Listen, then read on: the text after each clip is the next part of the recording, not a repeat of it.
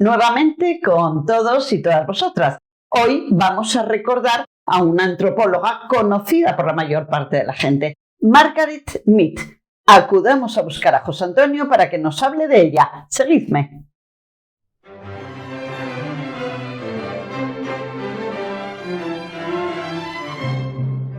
Hola, José Antonio. Hola, Maripaz. Buenas noches. Buenas noches. Hoy estamos en este entorno que ya va resultando familiar para todo el mundo para hablar de una antropóloga que quizás sea la que tenga más reconocimiento a nivel general. Sí. Margaret Mead, ¿qué nos puedes contar de ella? Es una antropóloga clásica y además de lectura amena, de gran compromiso político, social, y por lo tanto muy conocida y muy reconocida. Ella es norteamericana, nació en Filadelfia en el año 1901, murió relativamente joven para los estándares actuales en el año 78. Fue compañera, primero discípula y luego alumna, mejor, y luego compañera de Ruth Benedict, otra gran antropóloga, y fueron ambas discípulas de Frank Boas, un gran antropólogo que es el primero en la antropología contemporánea, porque esto ya lo había hecho Herder, por ejemplo, el discípulo de Kant, ya algún siglo antes. Es el primero que defiende la antropología de la diferencia, frente a la antropología ilustrada que propugna una única idea de naturaleza humana o de fin de la cultura o fin de la historia hacia el que se camina progresivamente, que curiosamente coincide con los valores culturales occidentales. Frank Boas, viendo los impactos que había tenido este modelo educativo en culturas relativamente indefensas, propugna una idea de pluralidad antropológica, que no es incompatible con el universalismo. Cada cultura, y de esto lo hereda Margaret Mead, es una forma de producir lo humano. Veo que has traído bastantes libros. Sí. Es una autora de campo, de mucha investigación. De mucho trabajo de campo, trabajo de campo que hizo además muy joven.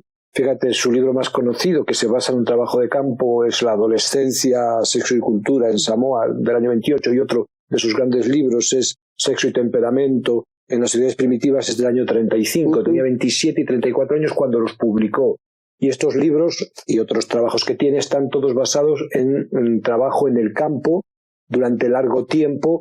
Ciertamente sus métodos han sido discutidos porque probablemente no dominaba todos los idiomas, no captó todos los matices culturales, pero son trabajos de presencia real y además muy intensa. Y le dio tiempo, además pudo crear obra teórica. Mucha. Y también su labor como enseñante, ¿no? Y como creadora de escuela también. Como enseñante y casi diríamos como intelectual en sentido francés, como intelectual comprometido. Sí. Cuéntanos lo más relevante de su postura, porque prácticamente todos a lo mejor hemos leído toda esa adolescencia, sexo y cultura en Samoa. Sí. Pero eso es una parte de toda su amplia obra. Sí, la otra obra complementaria siempre van las dos, así corren parejas, Exceso y temperamento en las sociedades primitivas. Son obras que tienen importancia no solo por la aportación teórica, sino porque causaron un gran impacto cultural. Con la obra de la adolescencia y el sexo y la cultura, mostró que el fenómeno de la adolescencia no es un fenómeno universal, sino que la forma en la que nosotros en nuestra cultura tenemos de vivirla, que es una forma dura, por decirlo así, no es común en otras culturas, por ejemplo, en las culturas samoanas. Igual que la postura puritana, ella venía de estas tradiciones, frente a la sexualidad no era una postura universal. Allí las jóvenes, no solo los varones, sino las mujeres, gozaban de una gran libertad sexual que se prolongaba. Luego se ha discutido si los análisis se corresponden o no, pero de hecho parece bastante probable. Sí, fueron ideas de mucho impacto. Sí. En los momentos de su publicación. De muchísimo impacto social. Y luego la idea de sexo y temperamento es crucial también, es la elaboración de la noción de género, lo que hoy se llama género. Sí, que lo que se llama género. Ella no lo llama género, pero es el género. Ella distingue perfectamente lo que es la diferencia de sexos. Ella todavía no es wagneriana, que sería el otro gran revuelo donde no solo lo que es el género se discute, sino se discute el sexo. Ella admite que hay un dimorfismo sexual, hay dos sexos, pero de alguna manera estos sexos no entrañan unas características comunes, no entrañan un género, de tal manera que lo masculino no va necesariamente ligado a la agencia, a la virilidad, al riesgo, y lo femenino no va ligado a la sumisión, a la interacción amable y esto, sino que la noción clave es la noción de temperamento, porque ella es una filósofa que combina el nivel individual, el nivel cultural y el nivel político general. Entonces, la noción clave es la noción de temperamento. Cada persona, y esto es también el sujeto de la historia, el sujeto es la persona, el individuo. Cada persona tiene un temperamento innato, una forma de ser potencial, porque su filosofía, o el pensamiento de Margaret Mead, es una filosofía de la variedad de las potencias, de la variedad de las formas de ser. Entonces, esta, por decirlo así, esta necesidad del temperamento va ligada al individuo, no va ligada al sexo. Y por lo tanto, una mujer puede tener características en común con otras mujeres, pero también con otros varones.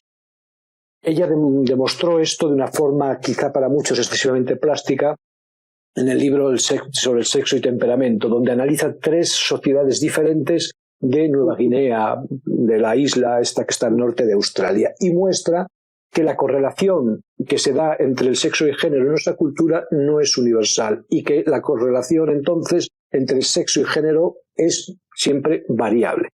Estudia un grupo humano en el que, por decirlo así, los hombres y las mujeres son como somos los varones en nuestra cultura. Ambos son ásperos y aguerridos. En otro, ambos dos son como son para nosotros las mujeres, gente amable, y otros tienen una inversión de papeles respecto a nosotros.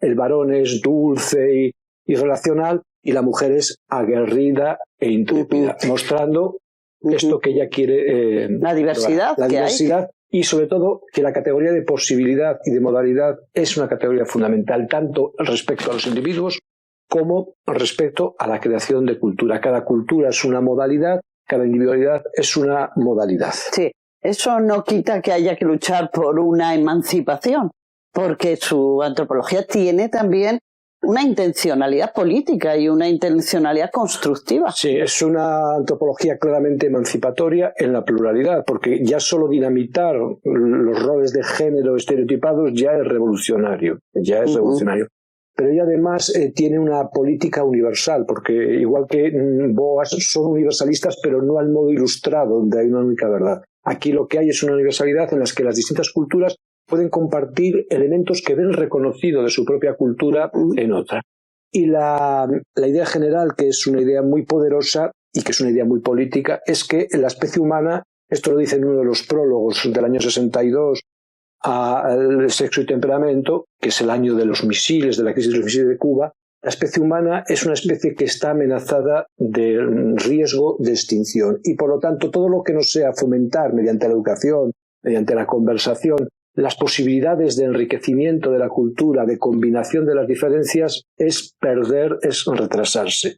Y por lo tanto hay que buscar en cada individuo y en cada cultura cuál es su temperamento y desarrollarlo, por decirlo. Claro, y en ese sentido hay una pluralidad amplísima y una diversidad amplísima. Total. No un solo modelo y menos un solo modelo occidental. Ella se opone tanto a la adscripción de género tradicional como a la negación de los sexos, como a la uniformización absoluta. Es una filosofía de la pluralidad en todos los niveles, donde no hay una síntesis universal, donde cada individuo es un ser propio que tiene que ser educado socialmente en lo que le es propio y no llevado a donde no quiere estar por estereotipos de género o por estereotipos políticos, culturales, etc. La noción clave entonces no es la noción de clase, no es la noción de sexo, la noción clave es la de individuo y también la noción de cultura como posibilidad, como variación y como diferencia radical. Son filosofías de la diferencia que muestran que el universalismo no es incompatible con la diferencia, si el universalismo absoluto sin matices, filosofías que demuestran que el pensamiento tenso, porque hay unidad de género, de sexo, pero hay diferencia de género que no está escrito, se puede combinar de distintas maneras. Lo que observo es que hay un trabajo empírico, un trabajo basado en observación claramente, pero también intuyo, quizás sea la noción básica de la antropología, que es también un modelo de antropología ejemplarizante. Sí. Tiene una intención clara, emancipatoria, educativa y política. Sí, totalmente. Además no es un añadido, no es que ella fuera investigadora y luego dijera voy a aplicar esto, es algo que es intrínseco a la antropología. Y en esto se diferencia del viejo origen decimonónico de la antropología colonial que busca estudiar a los pueblos llamados primitivos para colonizarlos, para reducirlos, extraerles sus fuerzas. Aquí lo que se busca es potenciar sus especificidades buscando una comunidad humana en esa abierta y por decirlo así, el carácter aplicado que llamaríamos de la antropología es un carácter intrínseco a la antropología. Sí, a la definición propia de antropología. Y también intrínseco a la civilización e intrínseco a su propia vida, por decirlo así.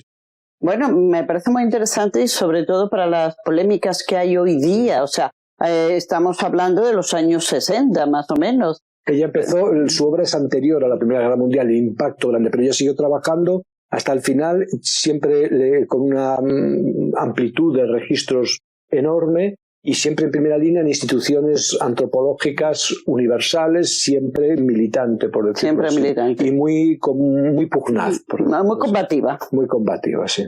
Bueno, pues muchas gracias por presentarnos a Margaret Mead de una forma sintética, pero abarcadora. Gracias a ti, Paz. Hasta luego.